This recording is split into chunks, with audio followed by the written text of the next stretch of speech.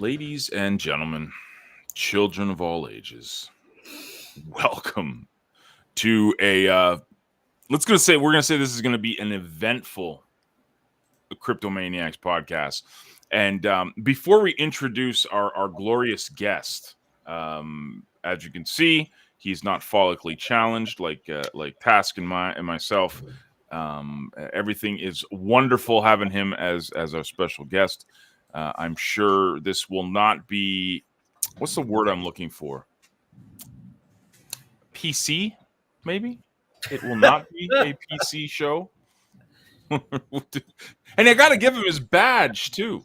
So I guess we'll do the introduction because he'll make fun of me that I actually am doing what I'm about to do here. This is Blaine Jones, ladies and gentlemen, my business partner, and for all intensive purposes, the guy who's basically kept me from falling off a ledge a few times in my life. Blaine's here to basically make fun of me and explain to everyone how pathetic I am as a human being, and this is going to be a lot of fun. Blaine, you notice how he thinks it's all about him? I mean, Right? it's like, why don't we just like put you on camera, John, and leave me and Blaine off, so you and your ego? I mean, you think his show's all about you? You think Blaine like spends every waking moment thinking about you, don't you? Well, I'm sitting here thinking, I guess it's he didn't want it called the Blaine Show, but we could call it the Blaine Show. No, I mean, Well, yeah, but if we do that, he'll want royalties unless we misspell it. Maybe we'll get Raymond to figure out how to spell his name with a Y or an E at the end. Yes. Yeah, he may even figure out how to get a V and an X in there, make it sound Russian. Blaine, how you doing, man? You good?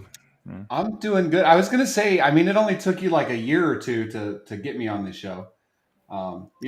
We've been business partners for like 4 years, 5 years, 6 years. I don't even know anymore. Yeah. Well, dude, I don't know. Sorry. Hi, Lisa. Welcome. Look, we'll get you your badge too. Okay, promise you. Well, you better send him a badge, or he'll send you an email coded with a virus or some stuff. Yeah. Oh, he has access to all my stuff, so I'm toast. Anyways, before we jump into things, the Hive blockchain was actually doing this cool little giveaway to celebrate the pizza day that just passed, and Guilty Parties came to me and asked if we could do the drawing live on camera. So in my amazing technical ability, Blaine is going to be blown away at this. I found the wheel of names, Blaine.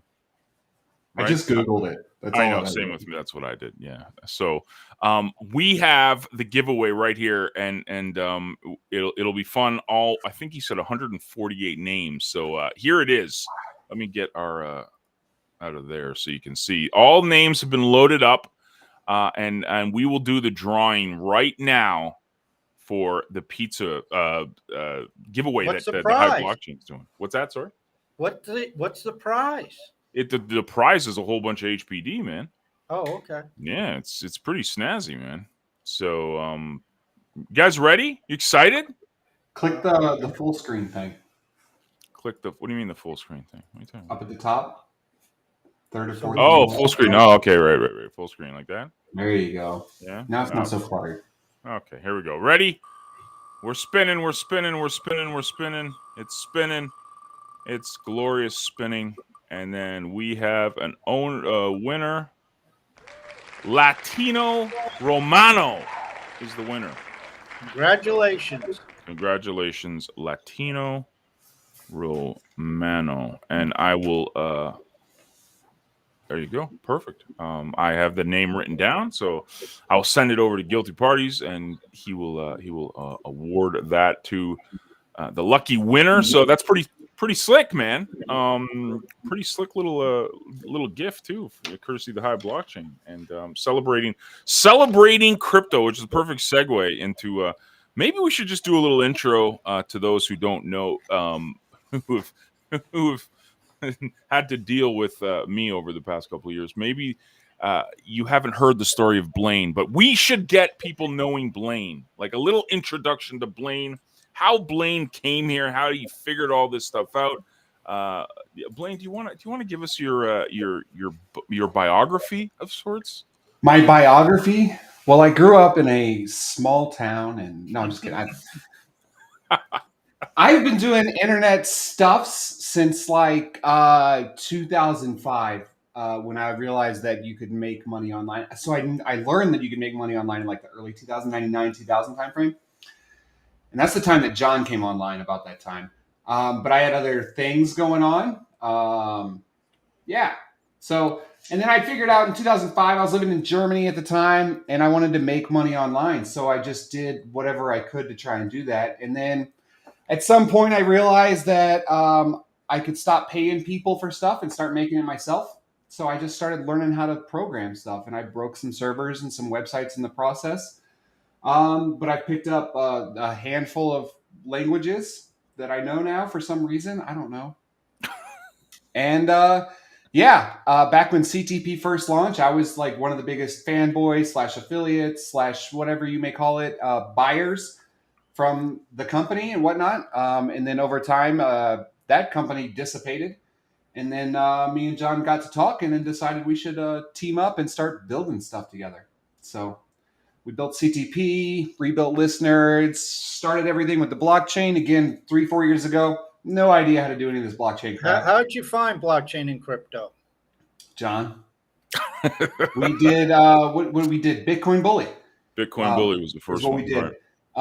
And then we built on Hive from there, and then we've just started building, and Hive has been our main focus, and just building on the Hive blockchain consistently ever since. So more and more each day. Yeah, man. The Bitcoin Bully thing was interesting because, I don't know about you, man, but something that we were really good at with Click Track Profit was training people like the basics, right? Like we didn't get too far into the in-depth stuff, but Blaine and I basically said let's put together a training site that will help people learn this crypto stuff, because we always thought that there was this huge market for online entrepreneurs to adopt this stuff. And it started with Bitcoin Bully, then it went into Steam Savvy, which was the basically the step-by-step training course on how to learn the blockchain. That blockchain shall remain nameless, though, even though I just named it. Yeah, I guess something wrong with me today. But yeah, man. So what was your big takeaway? Like, from being at the start of this social media blockchain stuff, how it fits for our business. Did you see it right away, or was that kind of like it took you some time to figure it out? Half the stuff that John comes up with and brings to me, no idea, no clue, no idea what's going on. All right, I'll do it. I don't care. And I just build whatever, like Steam Savvy, which morphed into the Hive Guide, which morphed into this and that and these and those, and now we have the index and all these things. No, when I first started on Steam before it switched over to Hive, I had no idea what I was doing. I tried the blogging thing, and I'm no good at blogging. I can't stay consistent with it. I'd rather do back end or full stack development of stuff. It just works for me better. But yeah, so like how it worked and the why it was so cool and all these things, no, it didn't click for me for like 6 months to a year. If not, at that point, it's just like, I trust John enough. So let's do it. Let's go. I don't even care. See how he said that, Task? See? There's a little dot, and then enough. Yeah. So, yeah, man. But so we get into this, and I'm just, again, it's a little bit of history, and I write about it a lot in our. John, if I can interject here for a second. John, shut up. What is your background, Blaine? I mean, what are you trained in? What are you schooled in? I mean, you mentioned that you picked this up in 2005, kind of as a user, as a consumer, as somebody who wanted to get involved and make money online. But what is your traditional background? So I have two traditional backgrounds. The first one is making people deader. And then the second one is... And you failed with John on that, so... and the second one, which has been my primary one for the past decade-ish plus, it has to do with the electromagnetic spectrum. So any sort of wireless, light, any of that stuff. I have a functional capability and understanding of everything that your cell phone does, all these things. That's what my traditional background is in. The first background was fun though, making people deader. Yeah. Oh, deader. I thought he said better. Oh no, More deader. dead.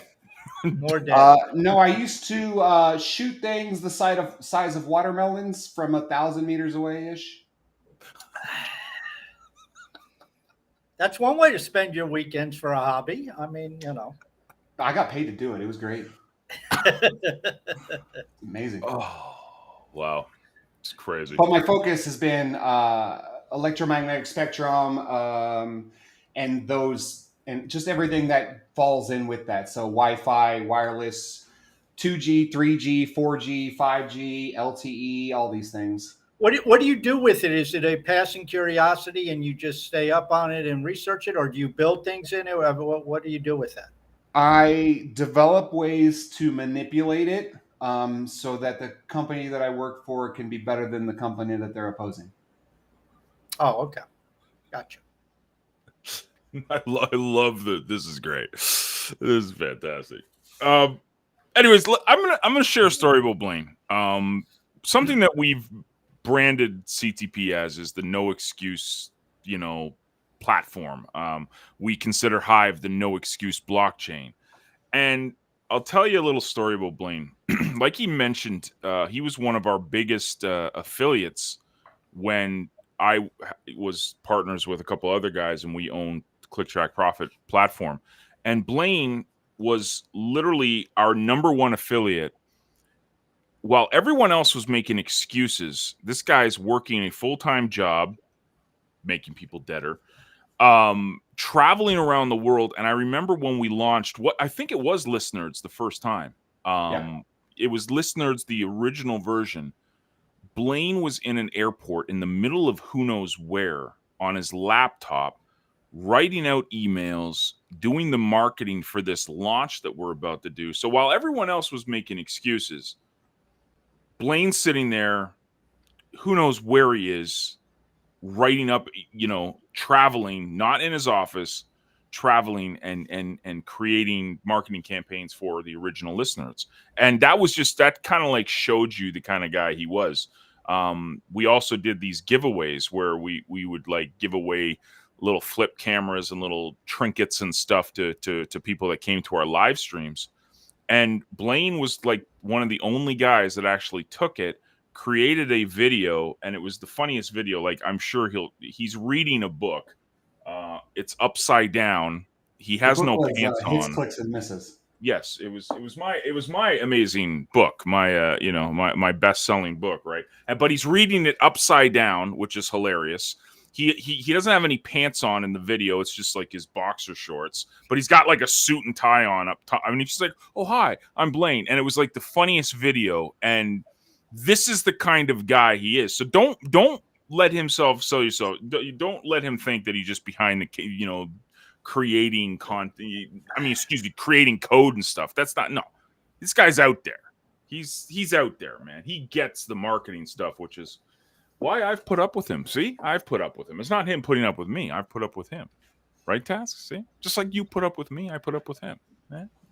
Yeah, with the original, the first Listeners launch, whatever we're going to call it. I knew, I don't know, 30, 60 days out from the launch date when it was going to launch. So I built a marketing campaign, basically. And I did a series of videos, one on John, one on Tim, one on Justin, and one on Larry, probably, I don't remember, about how they were all out of their mind and needed psychological help and all these things. And I basically took those videos and I built an email list off of that. And it was a brand new email list on top of any email list that I was building before. And then I did those videos and built up to the launch of the site of Listeners itself. And then I did a big giveaway because they were doing whatever the prize was for referrals or whatever. And I took all of the money that I was earning in the prize pool and giving that away to people that I referred. So it was just a huge thing for me. And then you talked about the flip cam. So before I got the flip cam, I was just this guy that would show up. I would make sure that, because this is when you guys did your lunchtime hour Right. training Yeah. or whatever, hang around thing. And I would find a way, and I was a recruiter at that time, and I would find a way during my lunch to figure out how to get on to the site so that I could watch it and be a part of it and do things. But I was just like kind of hanging in the background, just trying to figure out what was going on. And I had started doing this online stuff since like 2005, and that was like 2010, 11 question mark. Around then, yeah.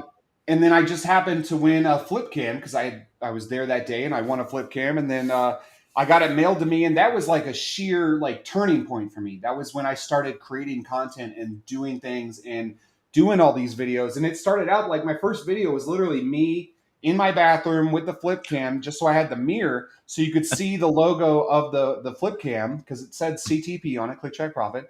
And then just me talking about how I love Click Track Profit. And then that grew into me doing like reviews of other sites on my blog. So I started doing those reviews, and then I started doing just like funny videos and other videos like complaining about how much people suck and people need to do better and all this other crap. And it just continued to morph, and it just became like this personality that I had. And it's kind of really me, because people do suck, because intuitively people are lazy, or instinctively people are lazy. We don't want to do anything. And people, for the most part, in my experience, kind of show up, expect to click on a traffic exchange for 6-7 hours a day and then make $100,000. And in real life, that's not how it works.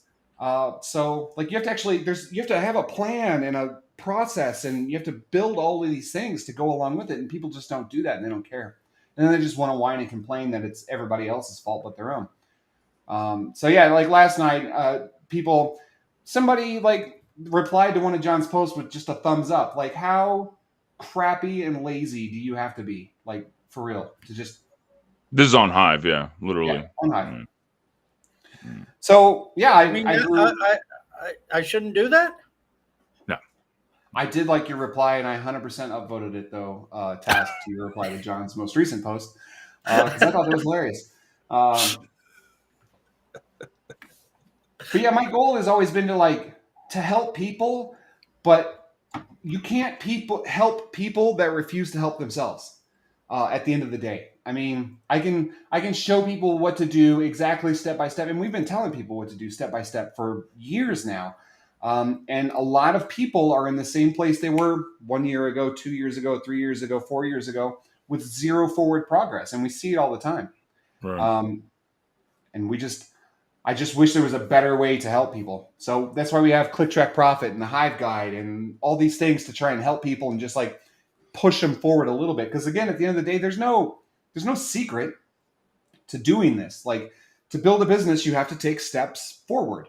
You cannot take the minimal amount of steps. You cannot aim for mediocrity. You have to just a little bit above mediocrity is success. It's real simple. It's not a complicated formula by any means.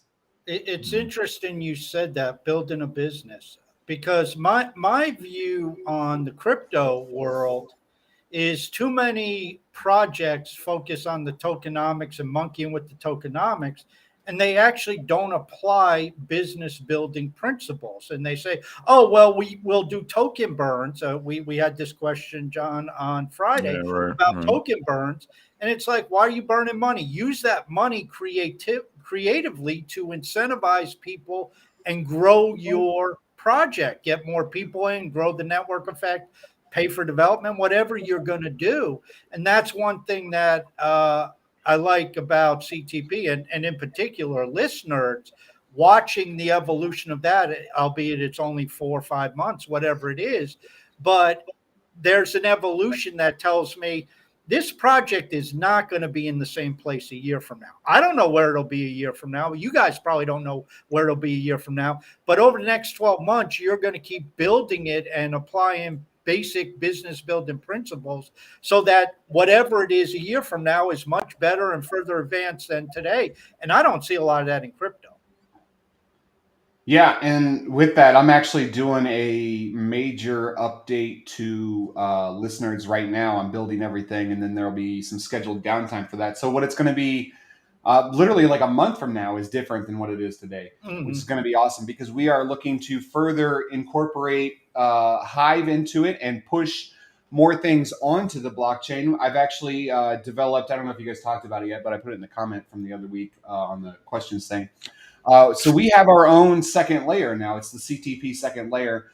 So now we can push things through that and start pushing all of the interactions on listeners, the upvotes, the downvotes, and everything that we possibly can, and push those over to the blockchain. And that one, and like you said, from a business perspective, that does a couple things for us. One, that brings everything that we're doing into the light. We are trying to make sure that nothing is hidden. Nothing is like we're doing this thing, but we can't let you know what it is in the background. And that our goal is to just like be as open as possible with everything that we're doing. So pushing everything to the blockchain is going to help with that. We do have hurdles with that though, because we still have members and listeners that just they don't want to do blockchain stuff. They don't want to do crypto based stuff. And that's fine with me. I don't care. But we have to figure out a way to push that. And I've already got a methodology built in place for that. And yeah, we're just trying to make it as best as it possibly can be for the long term. Because again, at the end of the day, the goal is to maintain a good business at least until I make $1 million and just disappear. So That's his plan. That's always his plan. Uh, Here's a question. I don't know if you really researched it, but it always intrigues me to get input from the coders. And I don't know if you've looked at a lot of the other chains out there, a lot of the stuff that's out there. Obviously the EVM forks are very popular. How do you think, from a technical standpoint, as somebody who's developing stuff and tying it in to the blockchain, how do you think Hive ranks as compared to some of that other stuff? If you've looked at some of the other stuff, and if you haven't, then maybe you just don't know or care. But have you looked at some of the other stuff and see where Hive ranks, and what would you say that is? So, from my experience, and I'm going to give Hive a really good rank because one, I'm impartial, and two, I'm impartial. So it's got to be at least in like the top five, if not number one or two, for like ease of use and ease of integratability. Because you look at these other blockchains, Ethereum, and whatever. I don't know any other blockchains, honestly. Ethereum, whatever. But they are painful to do, and like we understand that onboarding is a process, and we understand that starting out, and for a while now you can, but you couldn't go straight from fiat to Hive. So there's a process with everything. But now we figured out onboarding on listeners. We are creating accounts every single day with ease. I want to automate it. John refuses to give me his key to do that though. So whatever, it's cool. But now you can go straight on Peak D, and you can buy Hive with fiat. On listeners, you can swap, you can buy CTP, you can buy listeners with ease. So the overall simplicity Wait, of wait, wait. Hive, We need a plug. HivePay.io. HivePay.io, you can do all your things with that. You can swap with it, whatever. I'm not one for plugs. I don't buy our stuff. But the ease of use, the ease of integratability, and the continued growing usage of it shows that it is going to be around for the long term. And I get it. I don't have any interest in buying $100,000 monkey NFT. I could give a crap about that. But like for longevity and actually building something solid and building something that has continued use for decades to come, the Hive has got to be up there, like realistically. And I don't. There's going to be a point where people see it, but we're not there yet, and I don't know why. Well, I think if you look at Hive, if you strip it down, one of the biggest values that Hive has is its account management system. And it's Yeah. a decentralized account management system. And you're right. People complain there's no smart contract capability and some of this other stuff that other chains have. Well, that's all layer two. That's got to be built on layer two. But I think, wouldn't you agree with this statement? There's a lot to be said for having a nice, tight chain that's very limited in what it does, but what it does very well. And the other stuff can be incorporated and built at the second layer, as long as your base layer is It's decentralized, it's reliable, and it's good at what it does.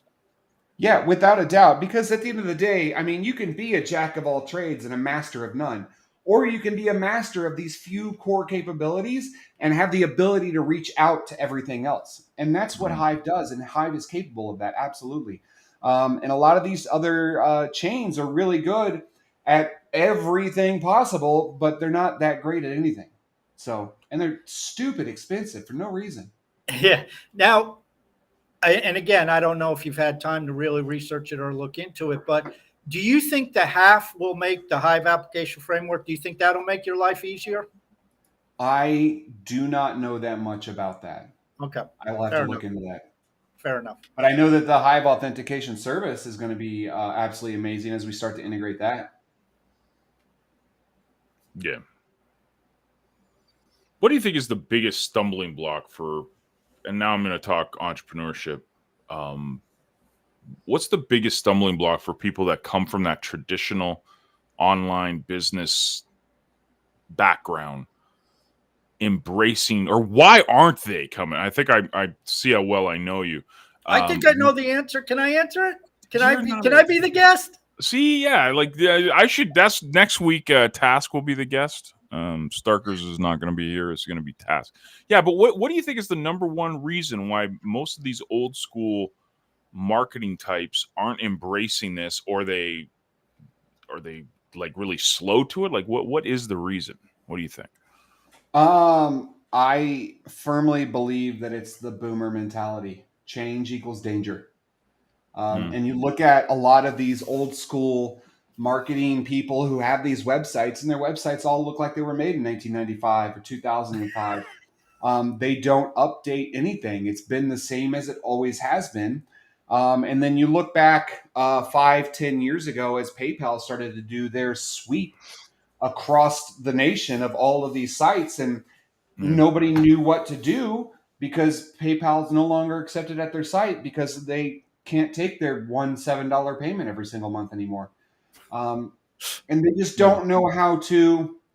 And I like to equate it to the Michael Scott School of Business. Have you seen The Office at all? No. No. All right. So his premise was adapt, react, readapt, act. It makes no sense whatsoever, basically. No sense whatsoever. Just do anything, hope it works, blah, blah, blah. But all of these people now, and even like people now building these old school, and it's this boomer mentality, and I can't understand why people just are so stuck in it. Like they build these websites, and you can do mailers every single day of the week. All you have to do is have $7 for the script, $20 for a logo or a header and a footer. And now you have your own functioning business that makes $0 every single month because you gave away 1,000 upgraded memberships, and you've got 900 people that are in the membership. And now you don't know why Google isn't accepting your mail anymore because you haven't done anything. They want to do the absolute bare minimum of mediocrity and call it success. And that's just not what it is. You cannot do that and be successful. Do you remember when okay, so you mentioned the PayPal ban, and that was something a lot of us in the online business world went through. And do you remember the fight that we got from people when we said, okay, we're looking to go totally crypto, develop blockchain stuff, start accepting crypto, paying crypto, et cetera, et cetera.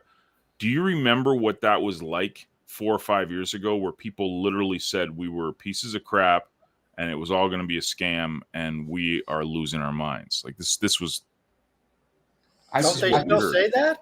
Yeah. Well, yeah. I mean, isn't that still the rhetoric? It's crazy. And again, I just refer to that boomer mentality. So there were 3 major changes to the industry, like traffic exchanges and mailers, since like 2005, since I've been doing them. 3 major changes. Change number 1 was social. Put a chat in your site and all of this thing. Everybody kicked and screamed all the way until every single site had one. Now they're like, oh, it's okay. Change number 2 was the Skype downgrade. Everybody was like, we love Skype, we love Skype, we love Skype. And then all of the bots came in and that Skype bot thing came in and all these things took over and we moved to Telegram and Discord. But now you have all of these people that are still dedicated to Skype.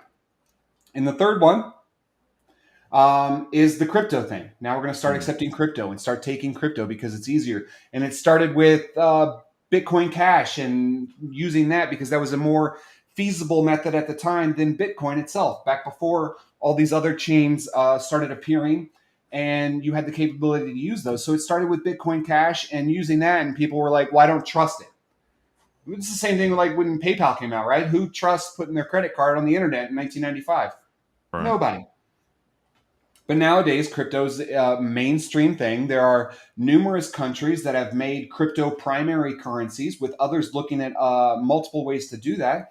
And it will continue to be that boomer mentality. So they're going to get left in the dirt is what's going to happen. And that's why you see the drop off in like traffic exchanges and mailers where people were like super active.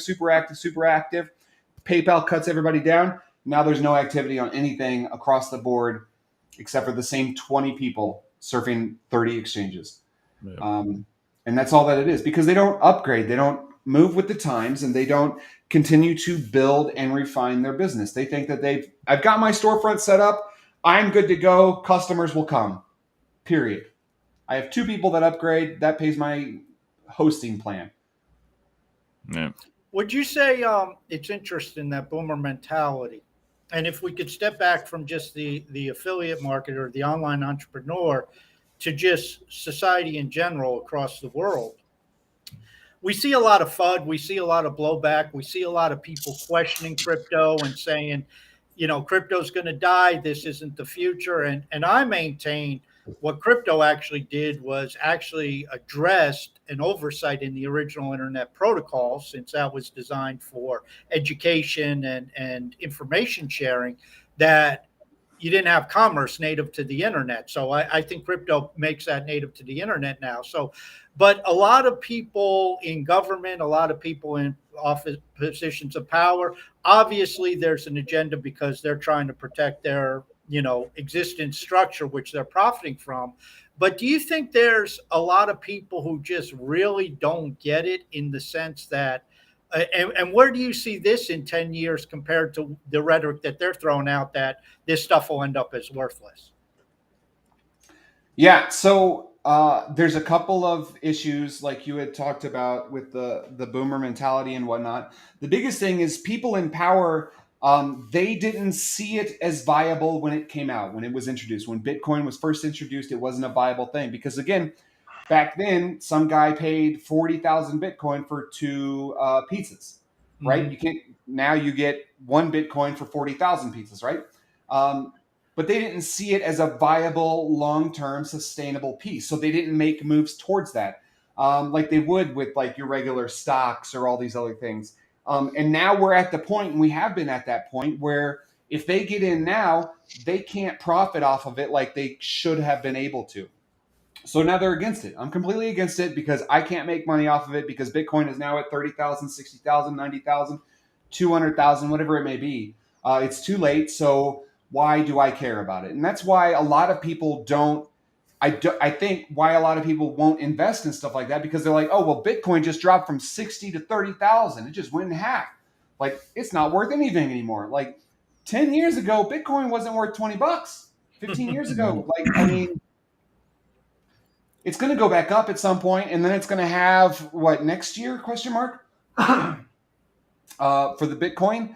And then it's going to be worth less again at that point. So, I don't know. And that's my view for people in like power, but a lot of people just don't understand it. They're like, how does it like make blocks? And how does it, and then you have to understand like proof of brain, proof of stake, proof of this, proof of that, proof of mail, all of these other things that people have to come to terms with and understand. And proof of brain is not an easy thing to understand, especially if you're not really open-minded. And proof of stake, that's a whole nother step. Proof of mail, that's a whole nother step.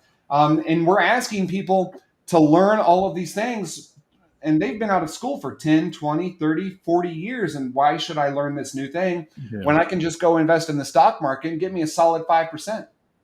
Well, but you're old enough, no offense, to remember the evolution of the internet. I mean, a lot of people that I talk to, they're in their 30s, and it's like, well, I was 3 years old when it came out. But I remember the early days of the internet, like you're saying. I remember when people were saying, I would never put my credit card online. No way. That's dangerous. And, I remember Ask Jeeves and before Google and Ask when Yahoo was Jeeves. thing Wow. and Web crawler. yeah, all that stuff. And so we obviously lived through the evolution of the internet, which actually back then the percentage of the population that was technically adept was a lot smaller, in my opinion, than it is today. But we still see a lot of that same resistance. But are we witnessing, and I know we call it Web 3.0, and I believe it's Web 3.0. I think we're in for the next iteration of the internet. Do you see that same type of evolutionary process where it's like, okay, they're going to piss and moan and fight right now, but in 5 years, they're going to be doing it anyway? Yeah, 100%. And it's the same thing as we move. So you can look at this as far as business goes. As soon as we started moving, and this is going to be mid 2000s ish, when businesses started to move to computer-based business, right? So before that, the sheer majority, some businesses had already picked up computers, but the majority of them, even like the FBI, kept files, literal files on everything that they did. And then we had this shift in the 2000s. And again, and it was after Y2K, right? Because before Y2K, everybody's like, well, it's not going to work after year 2000 anyway. It's all going to be crap. It's all going to fall apart. Your thing's going to take another Al Gore original. 1900. Well, going back to the Stone Age. And that was right. And so there's always like a blockade of some sort or a speed bump where people just refuse to go over it. And we're always going to have that. And you have that when they moved from analog to digital capabilities. And we had that as we moved, and we saw with COVID as people started to do the whole work from home thing. And people didn't realize, and a lot of big businesses are like, we have to have people at the office. I don't think you're working if you're not at the office, blah, blah, blah, blah, blah. And now we're starting to adapt to that. And again, we're still 2 or 3 years off before it comes a mainstream, full-time, standardized normal. And it is normal for a lot of practices and a lot of businesses, but for the majority of them, it's not yet.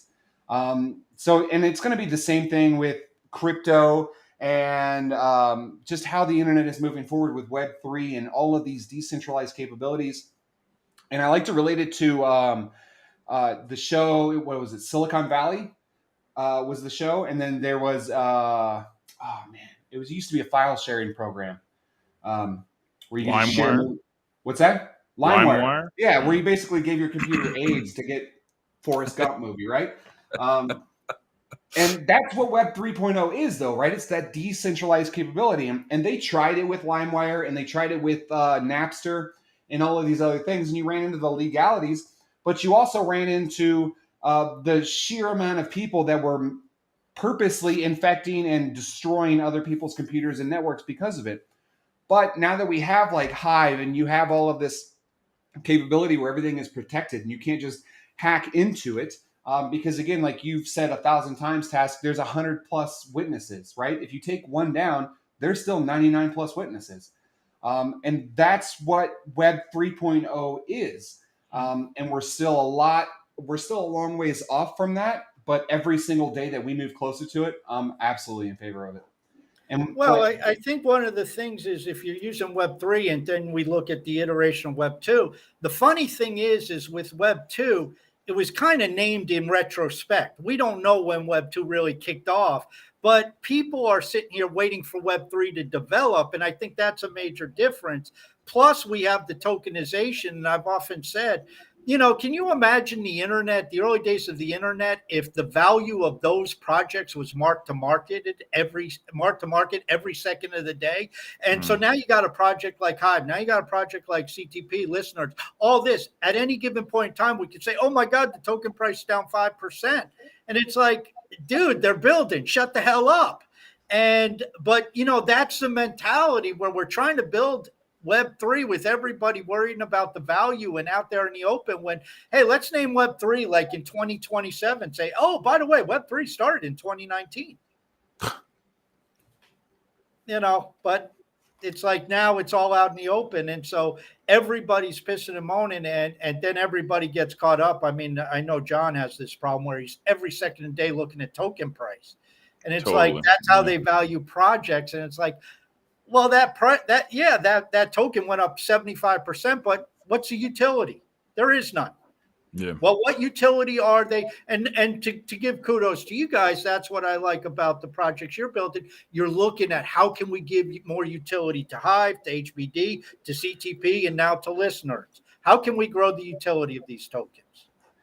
Yeah, I think for the long-term growth of everything, we need to get past the point where one person can make a tweet about a token and then either skyrocket or tank that token price. Once we get past that point, I don't know, that'll be Web 4, 3.5 or whatever, right? Once we get to that point, like then everything will be easier and smooth sailing. But until then, a lot of people and the sheer majority of crypto users only see it as an investment and not a viable thing. Like I don't buy dollars to invest in. I take my dollars and I buy Nerf guns so I can shoot my kid whenever he comes in my office, right?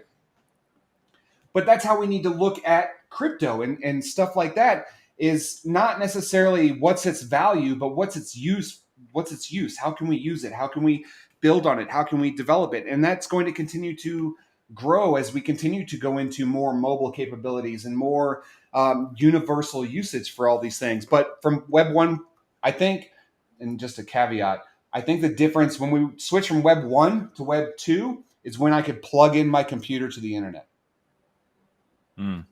No more.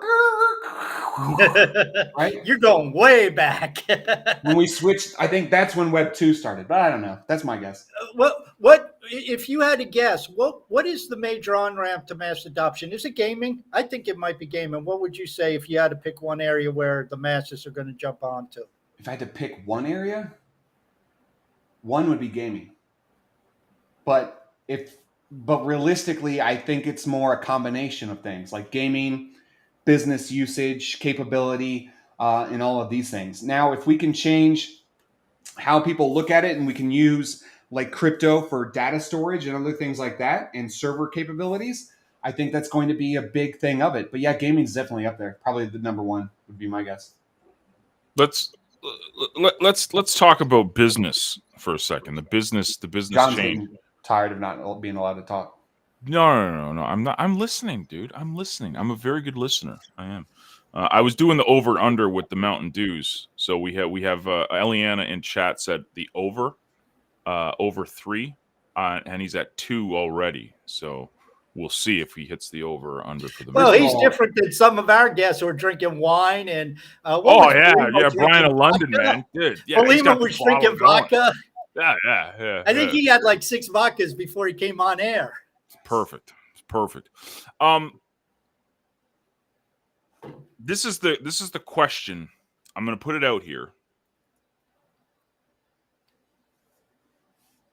This is from Boom Me. Okay. Let's talk about listeners because we spoke about change and how businesses lollygagged, let's say, with the crypto stuff. One of the big things we wanted to do, and this was a plan when we wrote on the timeline like 2 years ago, Listeners was going to be on the blockchain. Blaine came out with a fantastic way to do this, and we brought it. We brought an old school Web 2-ish business model to Hive, which was Listeners. It's obviously taken off. Lots of people love it. Before we, obviously I want to get into if there's anything you can spill, Blaine, for the masses, but mostly, what do you think? What would be your opinion on why this was a good idea, why it's taken off, and the potential for future content discovery tools of such on Hive? That's exactly what you just said is my entire answer. Content discovery. Listeners, one, we wanted to bring it to the blockchain in some way, shape, or form. And 2, Listeners was kind of the test bed for our viewer. And that's content discovery. So we have another site. We haven't opened it yet. John and Eliana have supposed to be testing it, but I don't remember the last time they logged in to the site to test it for me Dude, and look at I the had to, viewer. Basically, it's our we front have end, another right? site that's the Stumble Upon for Hive. Wow. So the more you can give it thumbs up and thumbs down, and the more things that you thumbs up, the more content relevant to that you will be shown. So very similar to Stumble Upon, but it's just showing Hive content. So we're not trying to index the entire internet by any means. It's focused on Hive. So what we want is an easier way for people to find content that they're interested in. Now we have a goal with that with listeners. And that's again based on categories, based on I forgot the word, the things that you could put at the bottom of the post. Tags. Just Based on the tags, yeah. tags, right? So based on the tags on the post. The issue that we have with listeners is everybody upvotes everything. Nobody cares anymore. There are 77 people, I'm looking at it right now, 77 people with a reputation of 100 in the top 100 list on listeners. I don't know how that's possible. No idea. And some of these people aren't even on Hive. Like, it's just asinine and crazy to me. Whatever. I don't care. Y'all can vote whatever you want. I will downvote everything because I don't care.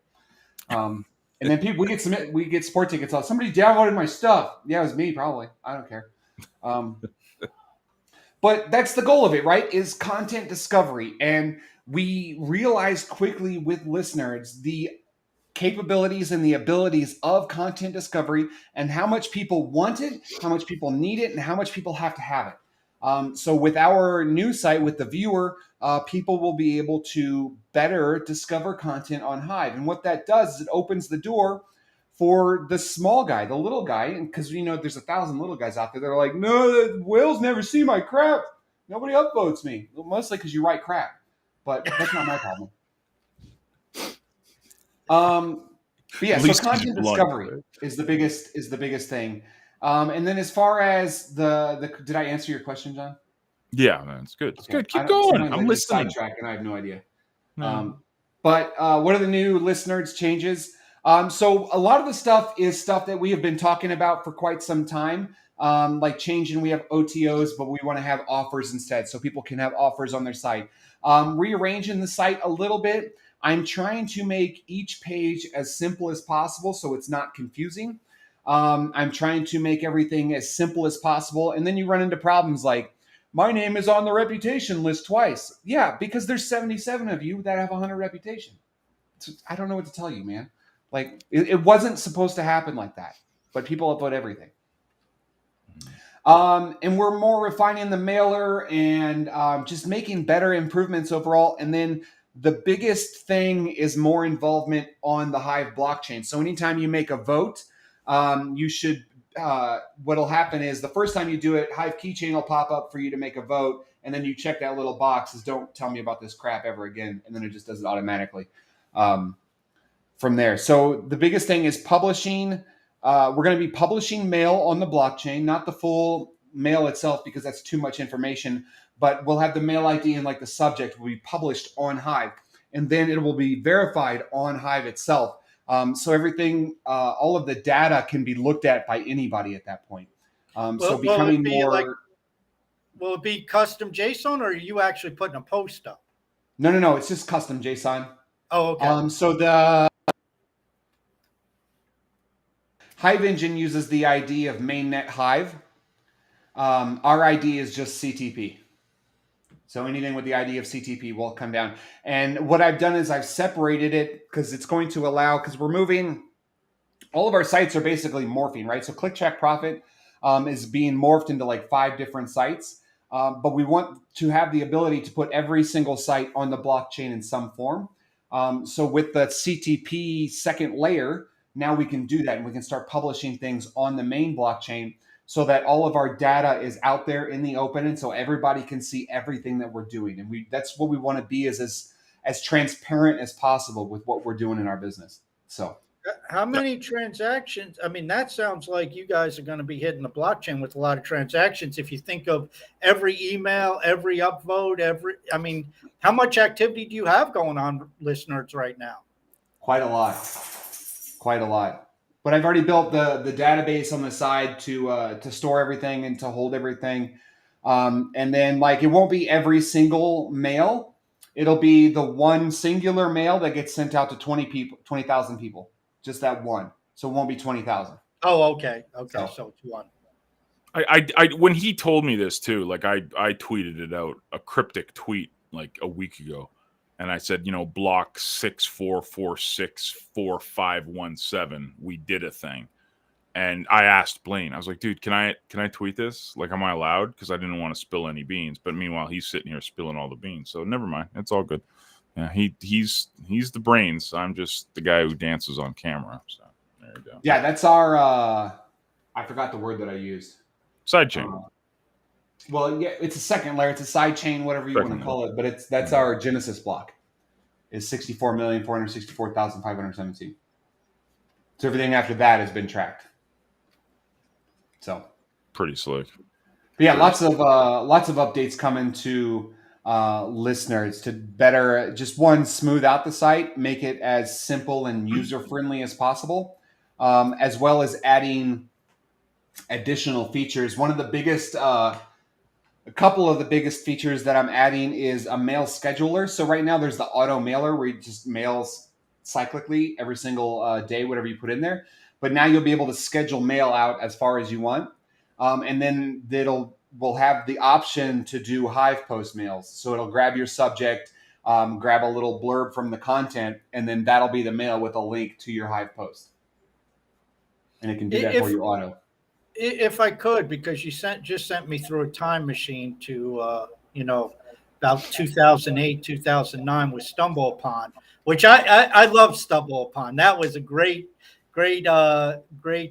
feature, and don't get me go started. back to the days of Dig. How is that going to work? Is somebody going to access a site and they'll get just the rolling different posts, and then you upvote or downvote them? How would that work?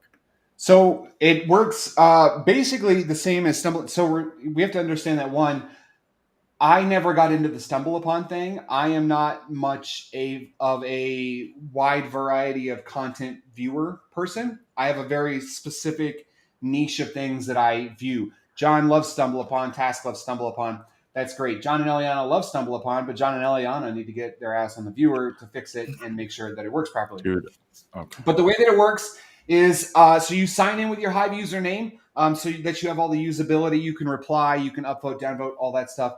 And then you basically select tags at the very beginning. So you just select one tag or 5 tags or 20 tags that you may be interested in. And then from there, you go into the viewer and you start viewing Hive posts. If you like the Hive post, you give it a thumbs up. The back end will track that and then start to match more posts based off of the tags that you like. And it's not just the first tag. It's I think it's the first 5 tags is what we started using just to limit it a little bit on those posts. So if you like a post that's got a Splinterlands tag, you may start to see Splinterlands content. But if you downvote those, you'll see it a few times and then it will stop showing up completely until you like it again. And I think we have to point out, same as listeners, the upvote, downvote on this application is not the same as your Hive upvotes. It's correct.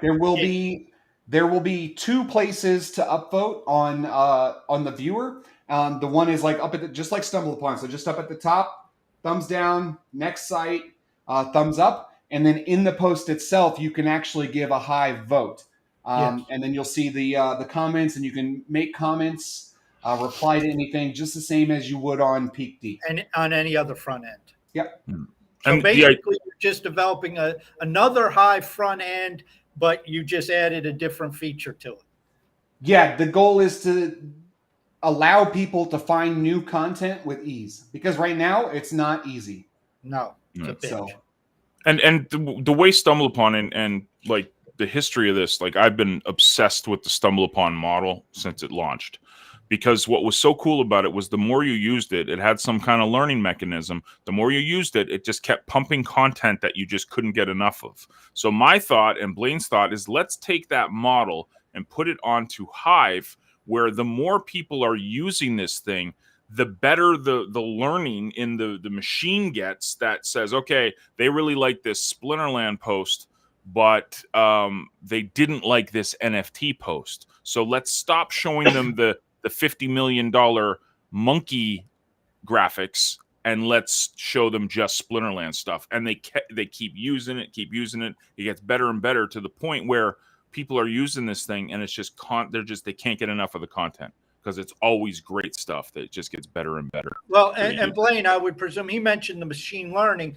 The machine learning may be an aggregate, but my individual, whatever you call it, stumbles will be based upon me and my preferences, correct? Or will it be based upon the aggregate? There's two pieces to it. And the way that I look at it is rookie viewer versus veteran viewer. So as you get into the veteran viewer piece, yes, it'll be more and more focused on what you have previously liked or disliked.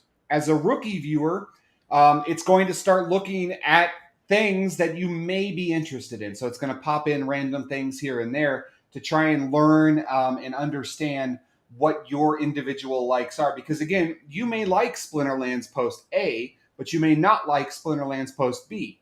And the viewer has to figure out what the difference is between those two to show you more A stuff and not so much B stuff.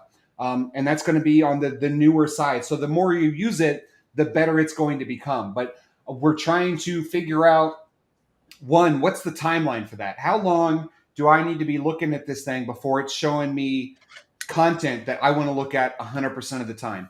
And I don't remember what it was with Stumble Upon. I think it was like a week or two before you started to really see things into it. And that's what we're trying to figure out with the machine learning or AI or whatever we're going to call it, right? Basically, I have to build it all and program it all and make it work. But for me to make it work, John and Eliana have to test it, and they have not been doing that. Again, I've been there.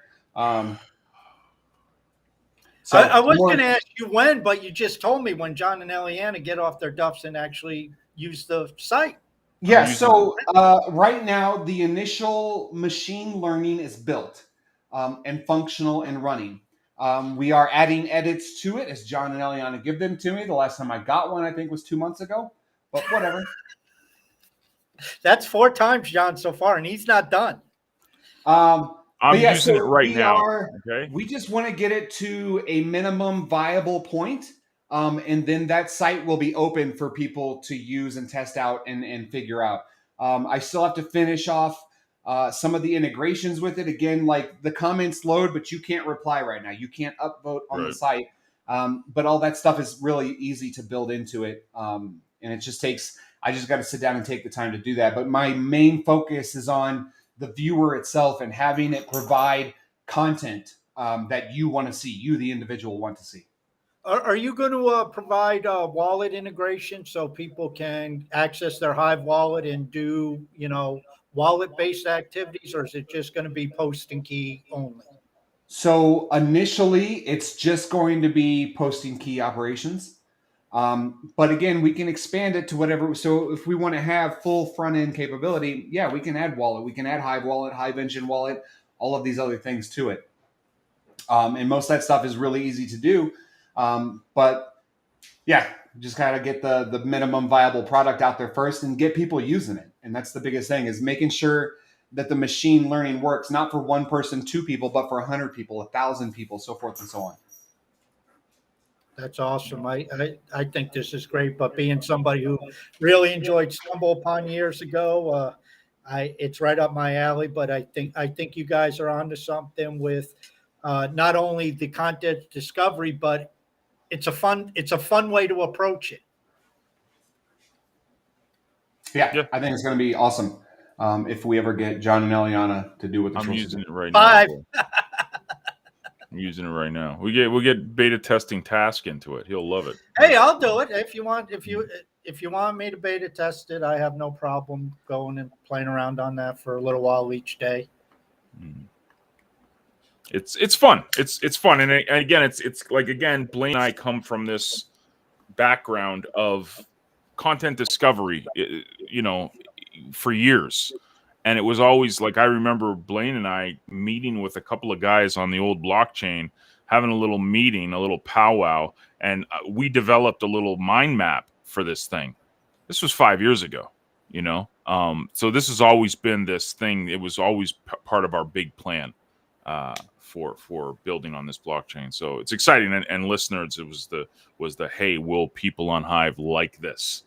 And if that would have failed, then we would have probably said, no, let's just go back to flipping pizzas. So, and actually, you got a reversal. You thought it would be listeners would be big with the affiliate marketing people, and it went like wildfire with Hive.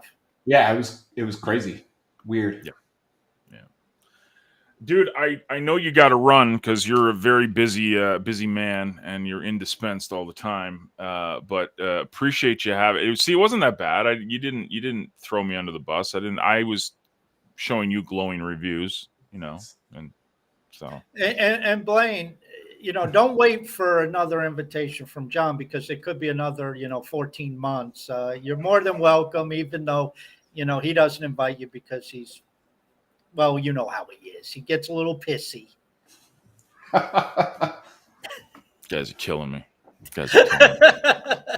Anyways, dude, good having you. Thanks for hanging out. And again, big congratulations to Latino Romano for winning the 20 HBD courtesy of Hive Blocks. Yeah, thank you guys for coming and hanging out with us. Everyone in the chat, Harrington, Boomy, and Lisa and Chris and all you guys that come to the live show. And we'll say hi to Jimmy. He's not in the chat, but we know Jimmy will watch on Twitter. He's on Twitter. He's always around. Yeah. Anyways, thank you, Blaine. Appreciate you, man. Thanks for having me. Toodles.